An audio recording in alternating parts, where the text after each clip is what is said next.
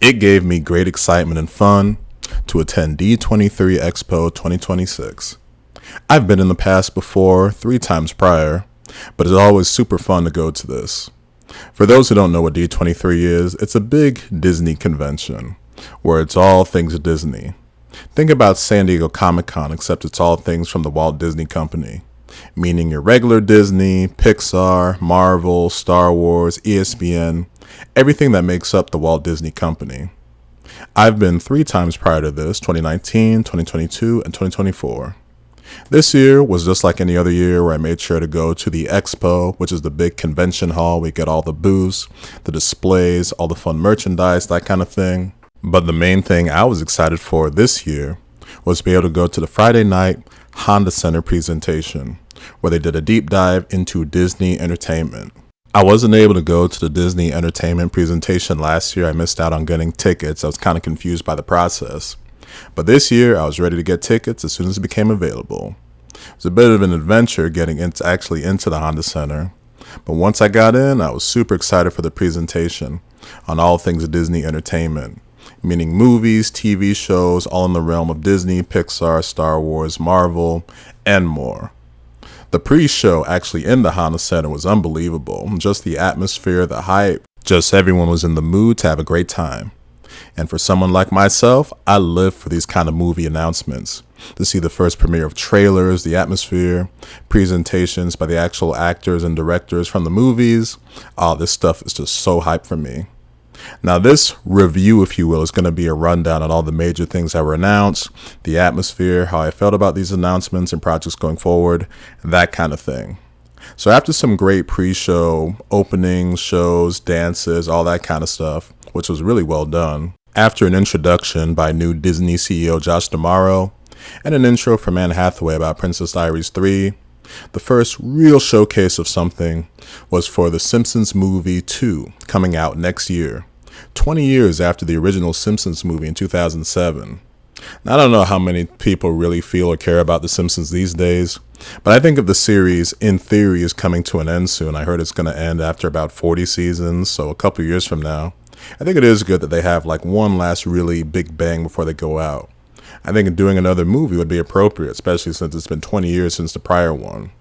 Now, there wasn't a trailer showcased for this movie or anything like that, but they did showcase it's hard to describe, it's like a storyboard type sequence of a baseball scenario that happens where Homer's trying to catch a fly ball, but it leads him and all the other citizens of Springfield running literally all around town to catch it.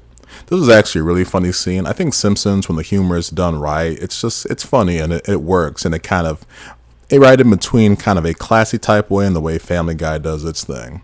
But I thought it was funny, and I'm looking forward to seeing the Simpsons Movie 2 on the big screen next year. And I thought the actual scene they showcased was pretty damn funny. Then they got into some Pixar stuff, starting with the next major release coming from them, which is going to be Incredibles 3. Incredibles 3, the major thing they talked about it was how you had Incredibles 1 focusing on the dad, you had the Incredibles 2 focusing on the mom. This time it's going to be focused on the kids and how they fit in this world of supers, now that supers are legalized after Incredibles 2, and some other, plot points that play off some stuff seen in the Incredibles 2. I didn't love the Incredibles 2. I thought story-wise it was a bit on the mediocre side. So I'm hoping Incredibles 3 can round out the trilogy and things on a good note. Initially, I did think it was a bit lazy that they weren't going to age up the kids. Once reports came in that the kids were going to be the same old age or whatever they've been before, I was like, but hearing the story idea, if they're going to actually focus on them and do something worthwhile, then maybe Incredibles 3 rather, can be a worthwhile follow-up and kind of redeem themselves, in my opinion, after Incredibles 2. But we'll just have to wait and see. I don't totally trust them after Incredibles 2. Then they got into another sequel, Coco 2. When they first announced this, either last year or the year before, I think it might have been last year, I was just like, really? A sequel to Coco? I don't really know how the heck that's going to work. What kind of story are you going to tell? Well, the major thing showcased here was how it's going to involve the return of Ernesto de la Cruz, who I thought was dead after how things ended for him, as in really dead when he got crushed by the what was it, the bell again at the end of Coco, the first Coco. Yeah, I thought he was going to be gone after that. But it turns out somehow he's back and he lures Miguel back to the land of the dead, land of the skeletons, whatever they call it over there, to kind of seek revenge for Miguel ruining his moment and ruining his legacy, with Miguel now being a teenager in this movie and with an interesting new hairdo and that kind of thing. This presentation was cool because you got to hear it from the actual voice of Ernesto de la Cruz, Benjamin Bratt, and he gave a really nice, the way he just kind of presented all the info. He was really funny, really charming, almost as if he was Ernesto de la Cruz, so that was good stuff. No trailer or anything like that. The movie doesn't come out till, I don't remember exactly when. I think they said it was like 2028 or something like that. Or actually probably after that, because 2028 is Incredibles 3. So I'm guessing, 2029 for that one. But, the story scenario, we'll see. It's got the same director of the first Coco, Lee Unkrich, who obviously did an amazing job. Coco is like a top 5 or 6 Pixar movie for me. It's just a fantastic movie. So I'm sure Pixar wouldn't do, a sequel to this one if they didn't have something worthwhile that'll live up to the first movie. So at least they took their time, and if they have something worthwhile, then that's cool. Then it transitioned to not something, another Pixar movie, but then they teased that Coco was going to be part of another experience, another way to, experience the characters in the world of Coco, where at first they were playing a scene from the first movie, at least it seemed like it was a scene, but then it was showcased that, this was a Kingdom Hearts 4 trailer. Kingdom Hearts, that Coco was going to be featured as a world in Kingdom Hearts 4. Kingdom Hearts is a series that utilizes a whole bunch of Disney movies as worlds in the game. And as a huge fan of the actual series, this trailer was an absolute treat. Just in how it fooled me in thinking it was something that was actually, in the realm of an actual Coco movie or something else, not a video game. But then when it started showing Sora, the Heartless, the fighting, then just more elements of the series, I just couldn't believe it to see Kingdom Hearts represented on this biggest stage amongst Pixar, regular Disney, Marvel, Star Wars, that whole stage and presentation. Oh man, that was so hype. Definitely one of my all-time favorite moments as a Kingdom Hearts fan. And just the reveal and the huge surprise of it, really cool. So, and the fact that Kingdom Hearts 4 is releasing next year, even the information about the game and series had been kind of dull and dry for a while there, but things are definitely ramping up to be a fun 2027 as its 25th anniversary of the franchise. So that whole presentation was really cool the way it was done.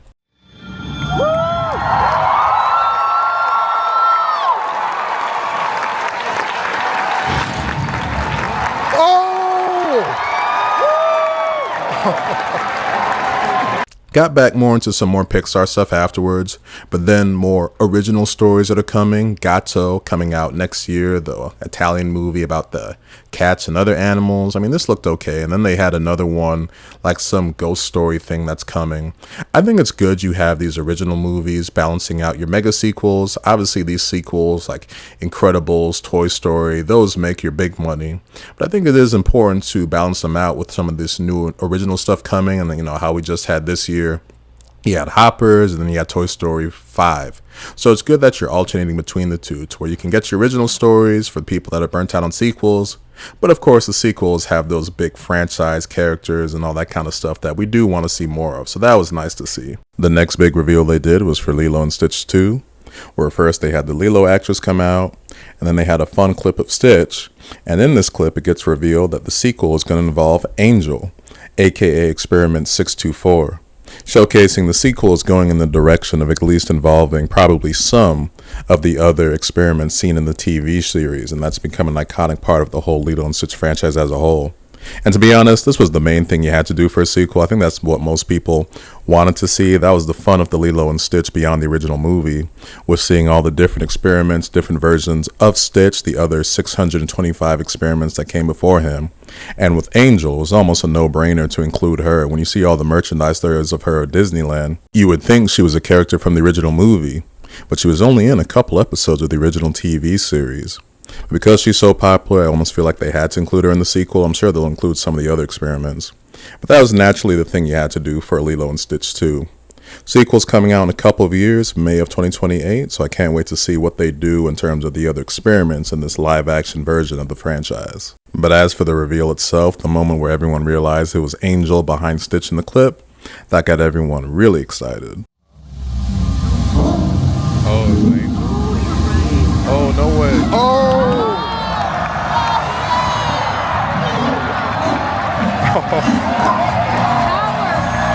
The way they have all these other experiments besides Stitch, this could be Disney's version of the Sonic the Hedgehog movie franchise. The next major thing shown after that was something I had never heard of before. A sequel, something called Rami and Michelle 2. I had to look it up. It's part of a series that's been going on since the late 90s apparently, but it seemed to get some decent reactions from the crowd that was in there. So, hey, maybe this will be something worthwhile, but nothing really I'm interested in. Afterwards, they showcased Percy Jackson Season 3. The cool thing about this showcase was how they had a giant Triton above the actors on the middle stage. I've actually never seen the original movie done by 20th Century Fox, and I've never seen any of this Disney Plus TV series. But the trailer was cool, and if they've done 3 seasons of the show now, it must be a decent enough show for them to keep on doing it. After that, there was a cool performance from the actors who I'm assuming to be the actual actors for Camp Rock 3, doing a performance from an actual song from that film. First, you got an intro from the Jonas Brothers, who were in Camp Rock 1 and 2, and that led into one of the few musical performances on the actual stage, again, by who I'm assuming to be the actors from Camp Rock 3. And it was fun. First, it was one of the songs that was at the end of the first Camp Rock, We Rock, whatever that song's called. And then I got into what I'm assuming to be an original song. Camp Rock 3 just came out recently, I think like a day or two ago, seemingly. So the timing is pretty perfect for that. The first Camp Rock is, by Disney Channel standards, it's actually a pretty good movie and has had a pretty good legacy over the last couple decades.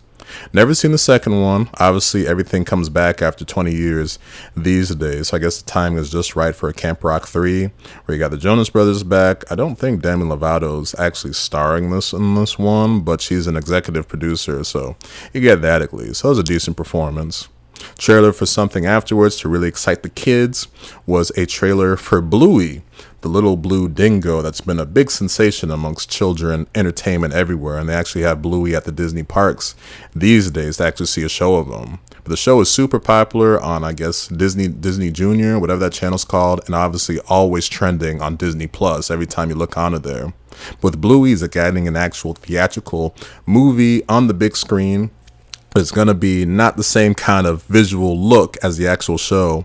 This one's going to be a 3D animated movie, which I think is actually the way to go. I mean, I don't think that style of the show would work well on the big screen. And what was shown in the trailer, they're capturing obviously your basic designs and what you would want from the characters, just in a 3D animated format. But I think it's going to be a big hit for kids because, that, like I said, that show is always trending everywhere and is super popular amongst the younger kids. We're talking, it's a show for kids age, I'll be nice and say ages 6 or below. Anyone over that, you don't need to be watching that show.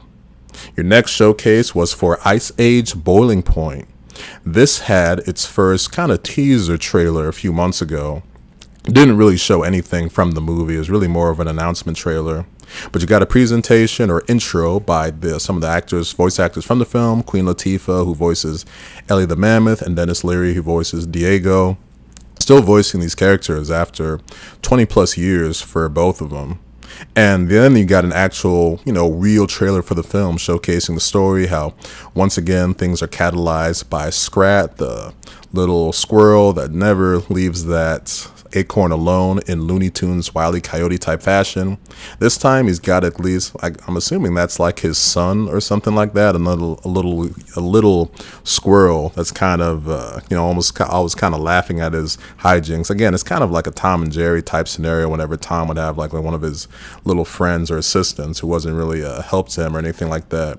But the trailer, it was a decent trailer, but we'll see. It's kind of weird to do another Ice Age movie. It's definitely not a franchise like Shrek or Toy Story where people are longing for another movie. This was one where people are like, really? They're doing another one? I even heard some of those murmurs in the background when the Ice Age, logo first came up. Like, okay, another Ice Age, but, whatever. I think it's got potential, but this is one where I'll believe it when I see it. I wouldn't be surprised if actually people weren't that interested when it came out. It really just depends, where it's just got to be a legit good movie, because as we've seen over the years, just doing a franchise movie to do a franchise movie movie won't mean anything unless it's something that people actually really want to see. So Ice Age, we'll see. I should be noted that the animation style in the actual Ice Age trailer, it was the same kind of designs. They didn't pull a Shrek 3 or anything, but the animation, I don't know, it almost seems just a little bit different. It's almost maybe something with the frame rate. It looks kind of interesting, but that's too much time spent on Ice Age. What is it? Boiling Point, which is actually Ice Age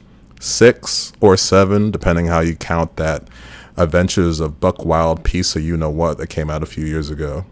Next thing that we got to see was a actual live performance of The Greatest Showman, I guess Broadway play or something that's coming somewhere. But it was cool to see an actual live performance of The Greatest Showman. That movie was a pretty big hit when it came out almost about a decade ago. I've only seen it once, but I remember it being a decent, entertaining movie and all that, and they're bringing it to some kind of live play or show, whatever it's going to be. But the actual showcase and performance was pretty good. Some good singing, some good dynamics that they used the stage, some great acrobatics that they did. That was kind of dangerous, but thrilling in that kind of way. So that was nice to see. After that, they did a really cool transition in doing the first showcase of the live-action Tangled, where first they had actual lanterns come down from the sky. That was kind of neat. And then afterwards, you got to see a glimpse of the film in kind of teaser trailer type fashion, where first you saw Rapunzel's hair, and then it revealed to be Rapunzel, and then showcasing Kathryn Hahn as Mother Gothel. So they've definitely learned their lesson when it comes to Disney live action remakes, when it comes to casting them, correctly. When you look at live action Moana, Lilo and Stitch, and now this one, they've kind of learned from whatever the hell Snow White, 2025 Snow White was.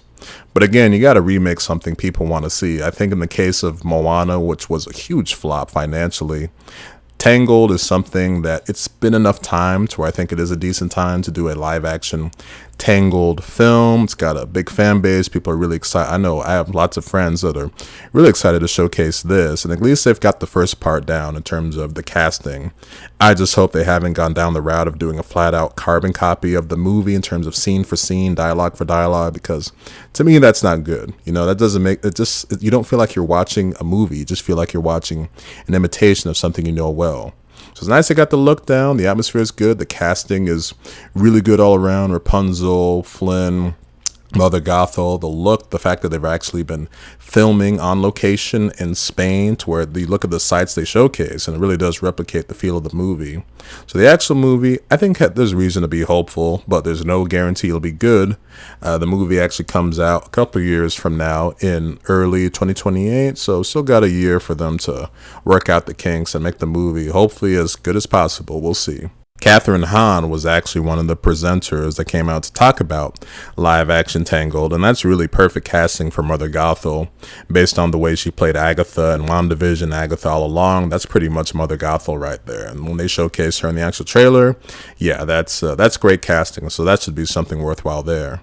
Kathryn Hahn was also going to be in the next Disney project that was showcased, and she gave an intro for it, which was Oswald.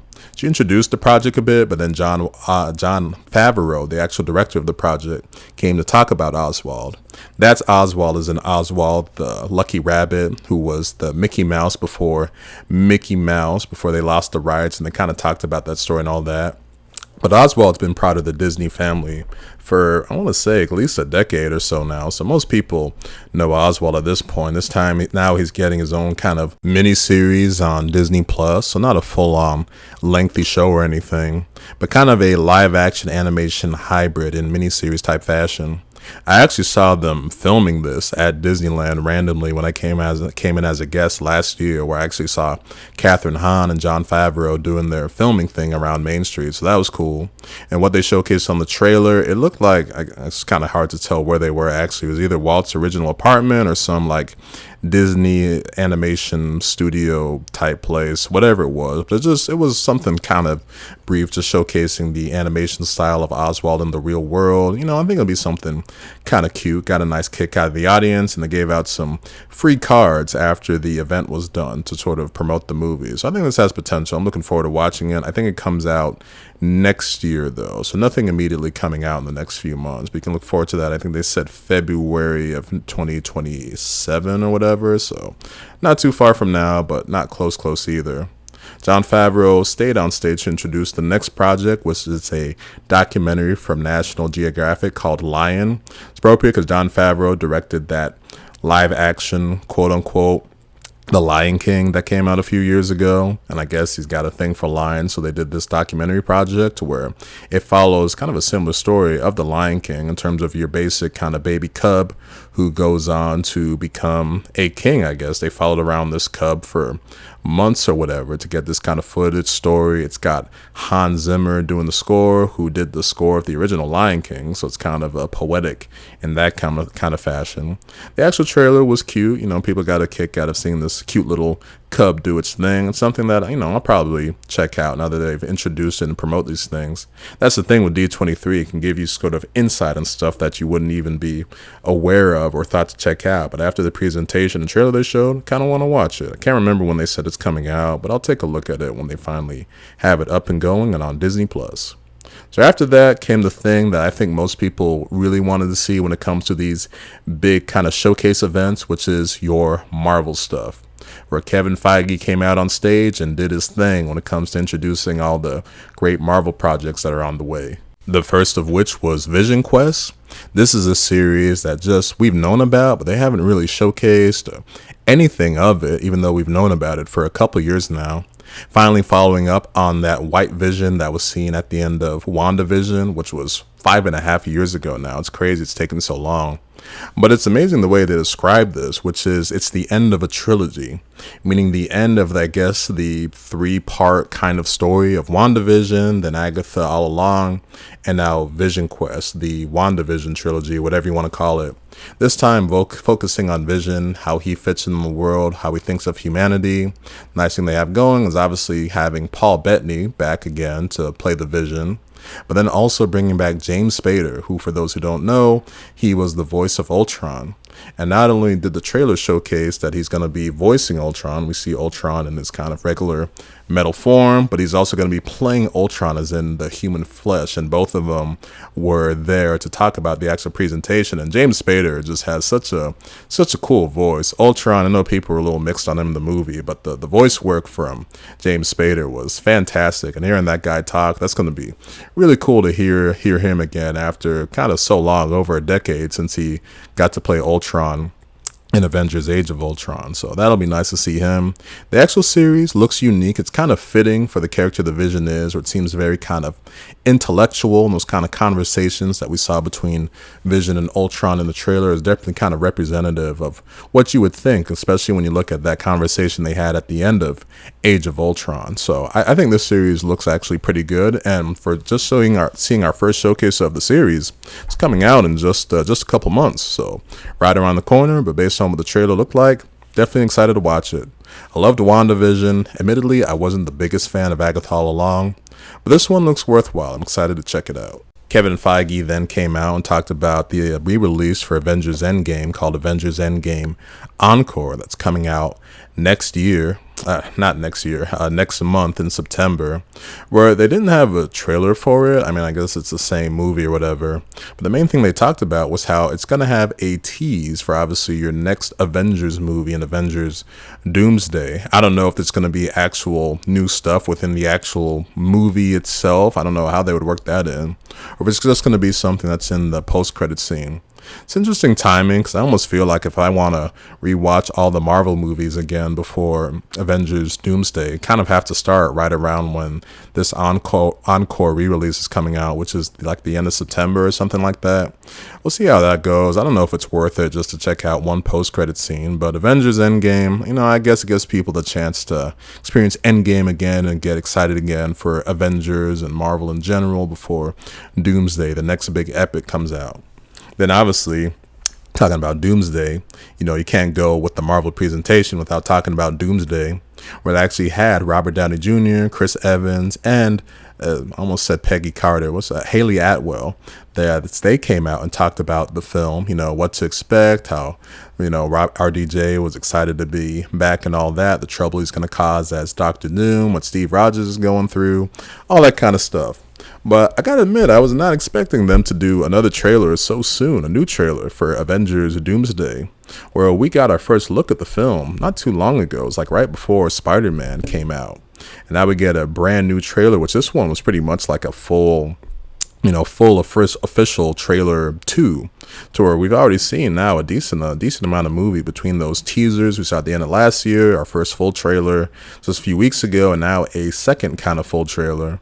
To where, to be honest, I don't really need to see much more of the movie. The fresher I can go in, the better. But the movie obviously looks super epic. Can't wait to see it. Just the hype, the marketing, everything they're doing makes it seem like it's going to be something worthwhile. To where an Avengers movie is always going to be a huge mega event, and they're definitely doing everything possible to make everyone super excited for that. They didn't have the whole cast basically like how they did for Comic-Con last month, but hey, that's fine. A trailer and having your main headliners and RDJ and Chris Evans come out, that's good enough. What was also a fun surprise was a message sent by Hugh Jackman in the video, seemingly against his will, being quoted on by Ryan Reynolds to talk about how, Deadpool and Wolverine would love to join Avengers Endgame. Now, this was far from like an official confirmation that those two are going to be in the movie, but it's hard to imagine between that fun Deadpool stunt that was pulled at Comic-Con and now this, that those two wouldn't be in the movie somehow. I think it's nice they are leaving some surprises. That's the fun thing to do, the excitement going in, like who's actually going to appear in the movie besides your people promoted and all that.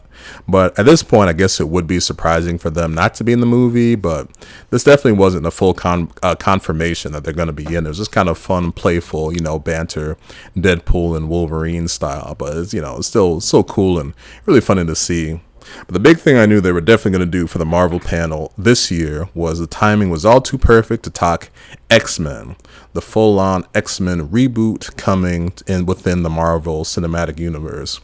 These are going to be some spoilers for Spider-Man Brand New Day if you're one of the the 2 people on Earth that haven't seen the movie yet at this point. But they brought out Sadie Sink, as since the movie, timing-wise, it's good. It's been out enough to where they could finally talk about her being Jean Grey, and obviously going to be in the X-Men reboot, the film that's going to be coming out, they said, in May of 2028. So actually not too long from now. We're going to see them start filming next year. So they had her, but then showcase a lot of the other cast, kind of your other main members of the core X-Men team. Some of this we had actually heard through, I guess, unofficial confirmations over the last week or so.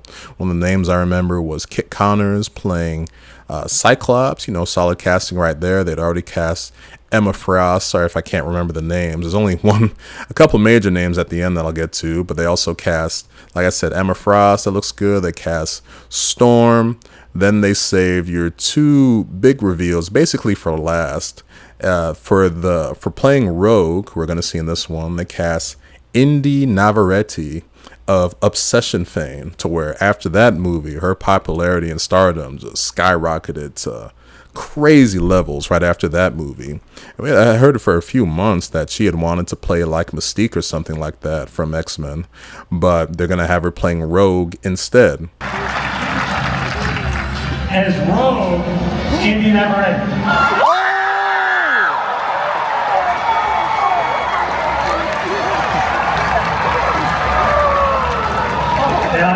Now, if you ask me, just on the surface, on just a basic level, is she good casting for Rogue?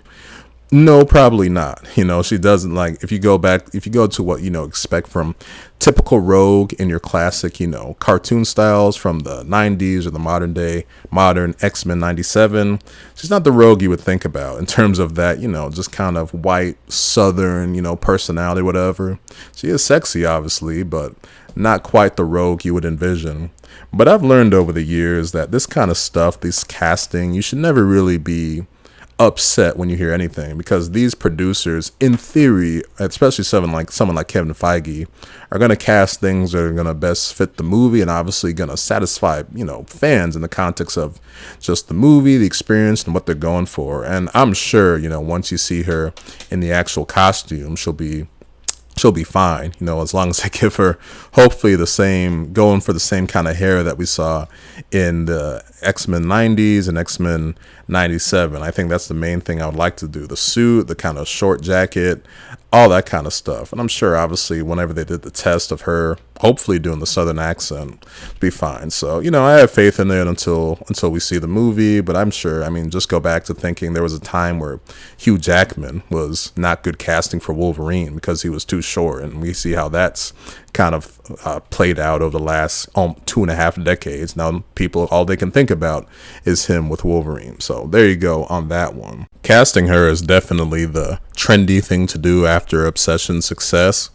Again, I think she would have been an amazing, perfect Mystique, but for Rogue, I'm sure they know what they're doing. But it's definitely not perfect casting by any means. But a lot of times things aren't perfect casting, to be honest. But for the most part, the movie or character still works out more times than not.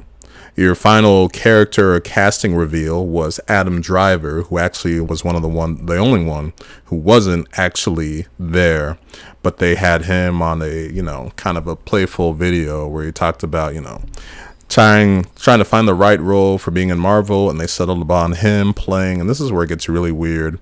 At first he said Magneto, but then he hinted at being Mr. Sinister, so I don't know who he's playing, to be honest, either one. The thing is, Adam Driver, he's a great actor, so I'm sure whatever role he's going to be in, it's just super exciting to have him in a Marvel movie.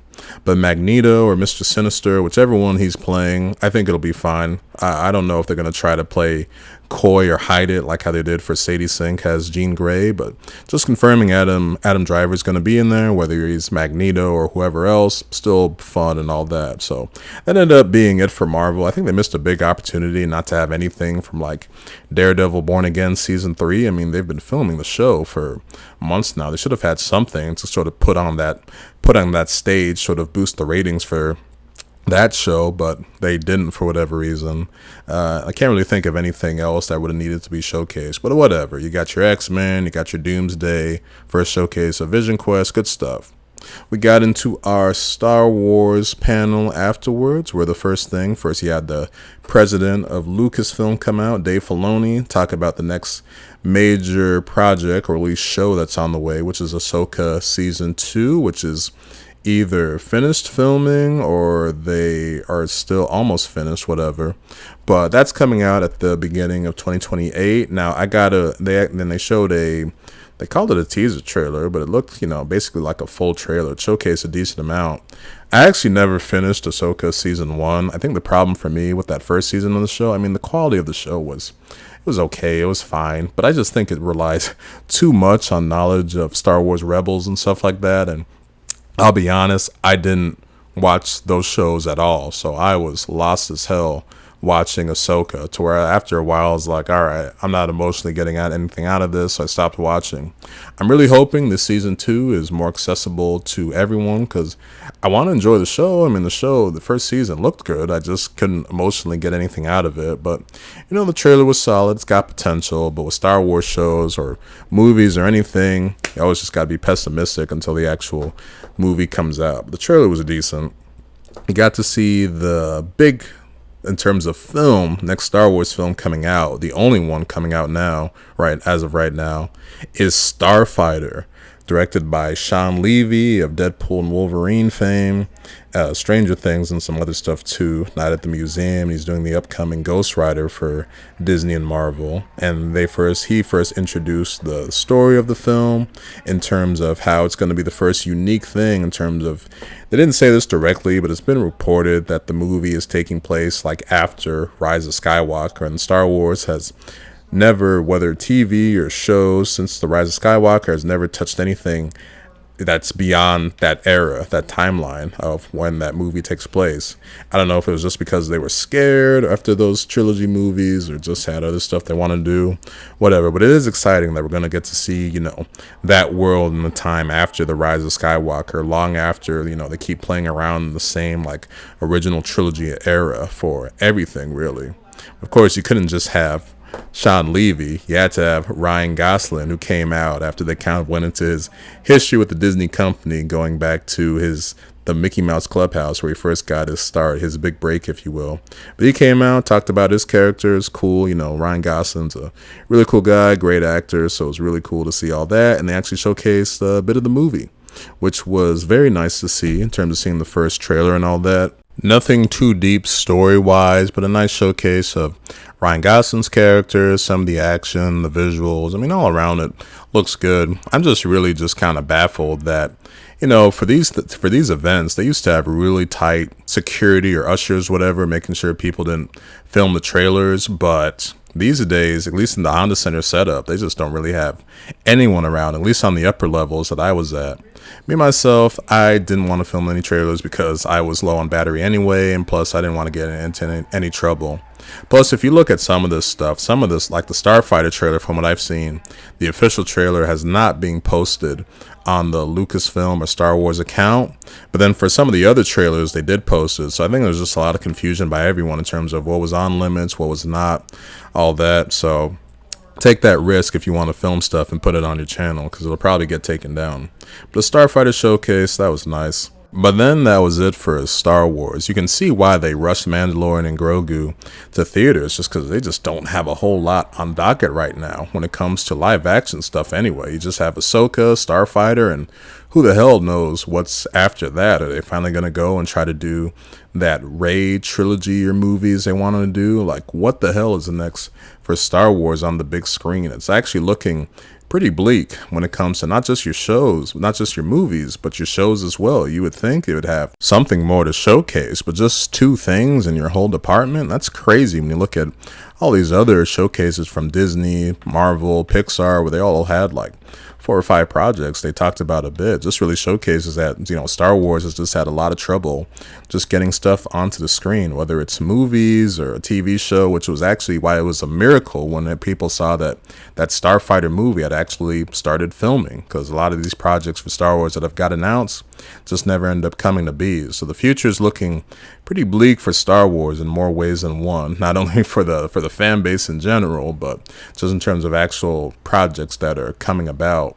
Should be mentioned, I guess one thing they did mention is that how next year is the 50th anniversary of Star Wars, which is, really cool, a real significant milestone. Now, Starfighter is going to be releasing on the same weekend that the original Star Wars released, so that's very cool symmetry in that kind of way.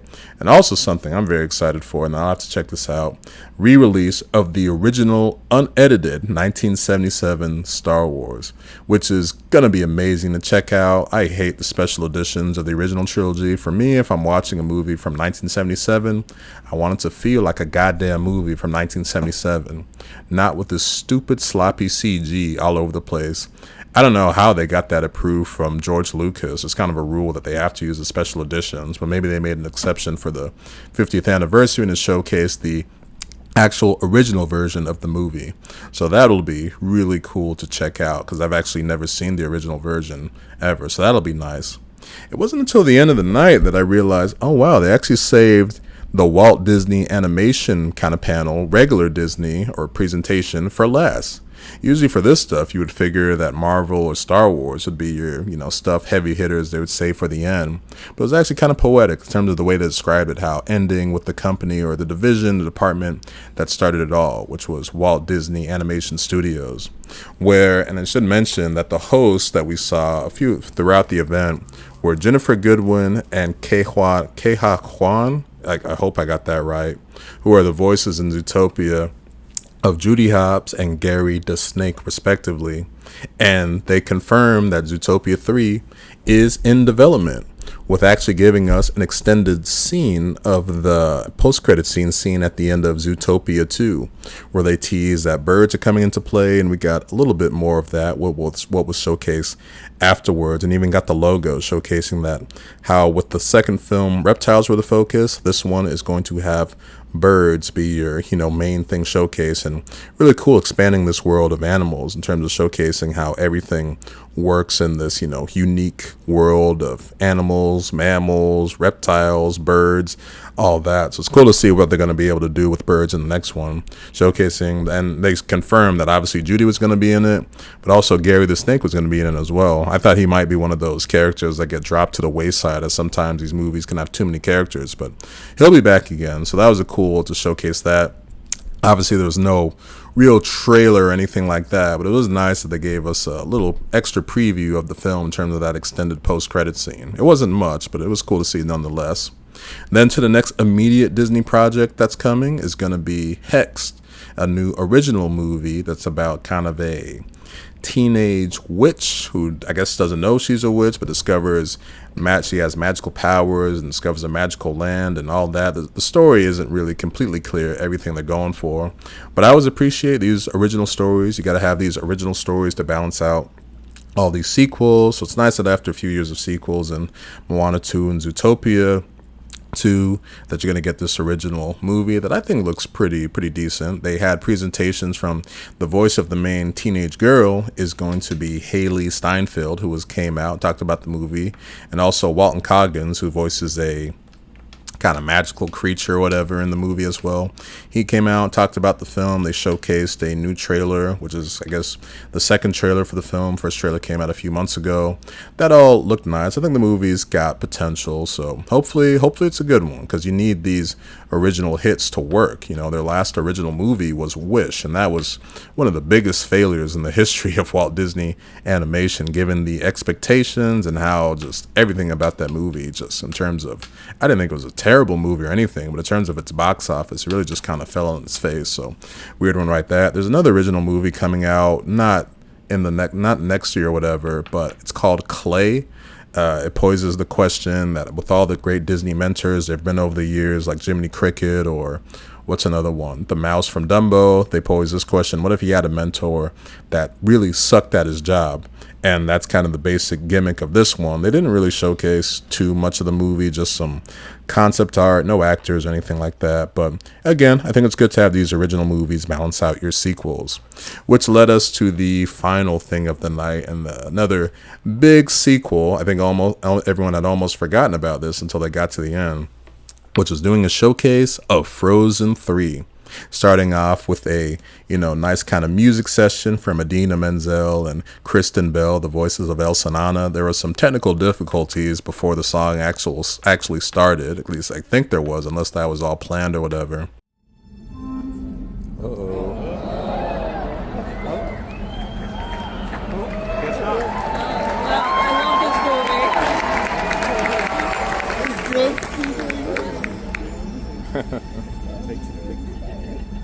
Then they get a nice kind of song, their kind of rendition of that first chant heard in the first Frozen, the Split the Ice Apart, whatever.